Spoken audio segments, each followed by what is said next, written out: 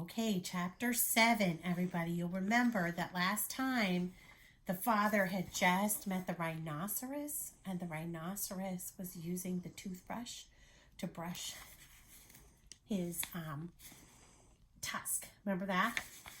So now, this chapter 7 is called My Father Meets a Lion. My father waved goodbye to the rhinoceros, who was much too busy to notice, got a drink farther down the brook, and waded back to the trail. He hadn't gone very far when he heard an angry animal roaring. Ding, blasted! I told you not to go blackberrying yesterday. Won't you ever learn? What will your mother say? My father crept along and peered into a small clearing just ahead. A lion was prancing about, clawing at his mane, which was all snarled and full of blackberry twigs. The more he clawed, the worse it became, and the madder he grew, and the more he yelled at himself, because it was him himself he was yelling at all the time. My father could see that the trail went through the clearing, so he decided to crawl around the edge in the underbrush and not disturb the lion. He crawled, and the yelling grew louder and louder. Just as he was about to reach the trail on the other side, the yelling stopped suddenly. My father looked around and saw the lion glaring at him. The lion charged and skidded to a stop a few inches away. There he is. Who are you? The lion yelled at my father. My name is Elmer Elevator. Where do you think you are going? I'm going home, said my father. That's what you think, said the lion. Ordinarily, I'd save you for afternoon tea, but I happen to be upset enough and hungry enough to eat you right now. And he picked up my father in his front paws to feel how fat he was. My father said, "Oh, please, lion, before you eat me, tell me why you are so particularly upset today." It's my mane, said the lion as he was figuring out how many bites a little boy would make. You see what a dreadful mess it is? My mother is coming over on the dragon this afternoon, and if she sees me this way, I'm afraid she'll stop my allowance. She can't stand messy manes. But I'm going to eat you now, so it won't make any difference to you. Oh, wait a minute, said my father, and I'll give you just the things you need to make your mane all tidy and beautiful. I have them here in my pack. You do? Said the lion. Well, give them to me, and perhaps I'll save you for afternoon tea after all. And he put my father down on the ground. My father opened the pack and took out the comb and the brush and the 7 hair ribbons of different colors. Look, he said, I'll show you what to do on your forelock where you can watch me. First, you brush a while, and then you comb, and then you brush again until all the twigs and snarls are gone.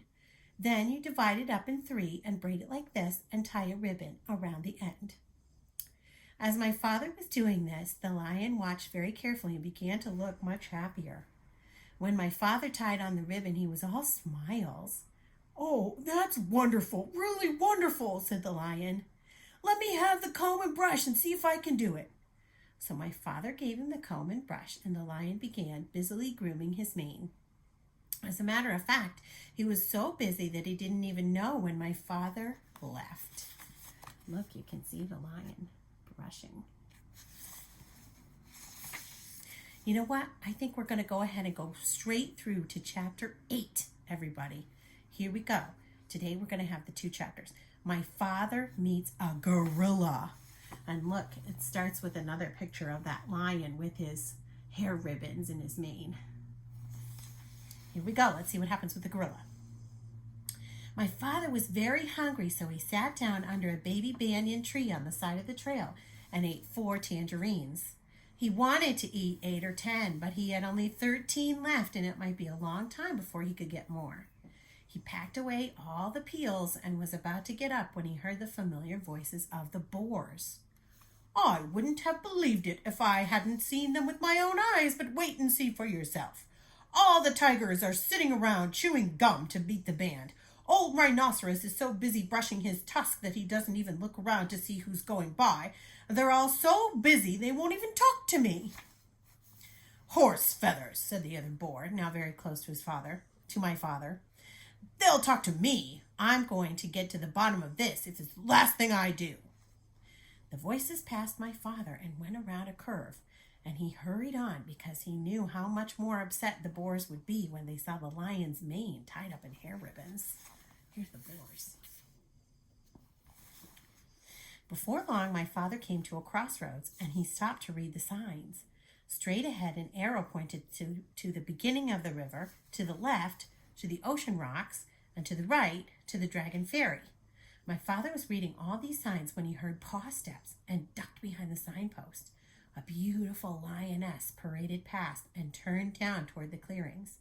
Although she could have seen my father if she had bothered to glance at the post. There she is. She is beautiful. She was much too occupied looking dignified to see anything but the tip of her own nose. It was the lion's mother, of course, and that, thought my father, must mean that the dragon was on this side of the river. He hurried on, but it was farther away than he had judged. He finally came to the riverbank in the late afternoon and looked all around, but there was no dragon anywhere in sight. He must have gone back to the other side. My father sat down under the palm tree and was trying to have a good idea when something big and black and hairy jumped out of the tree and landed with a loud crash at his feet. "Well," said a huge voice. Well, what?" said my father, for which he was very sorry when he looked up and discovered he was talking to an enormous and very fierce gorilla. "Well, explain yourself," said the gorilla. "I'll give you till 10 to tell me your name, business, your age, and what's in your pack." And he began counting as fast as he could. 1, 2, 3. My father didn't have time even to say, "Elmer Elevator, Explorer," before the gorilla interrupted. "Too slow. I'll twist your arms the way I twist that dragon's wings, and then we'll see if you can't hurry up a bit."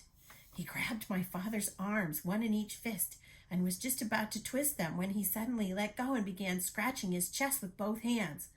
"Ah, blast those fleas!" he raged. They won't give you a moment's peace, and the worst of it is that you can't even get a good look at them. Rosie, Rhoda, Rachel, Ruthie, Ruby, Roberta, come here and get rid of this flea on my chest. It's driving me crazy." 6 little monkeys tumbled out of the palm tree, dashed to the gorilla, and began combing the hair on his chest. "Well," said the gorilla, "it's still there." We're looking, said the 6 little monkeys.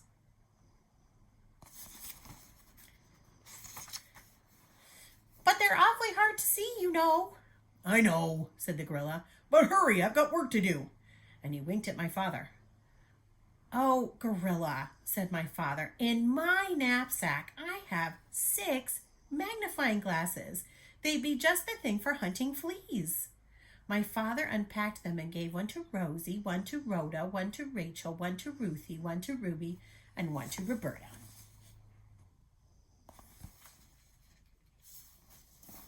I think they like their magnifying glasses. "Why, they're miraculous," said the 6 little monkeys. "It's easy to see the fleas now, only there are hundreds of them." And they went on hunting fanatically. A moment later, many more monkeys appeared out of a nearby clump of mangroves and began crowding around to get a good look at the fleas through the magnifying glasses. They completely surrounded the gorilla, and he could not see my father, nor did he remember to twist his arms. And there's a flea through the magnifying glass.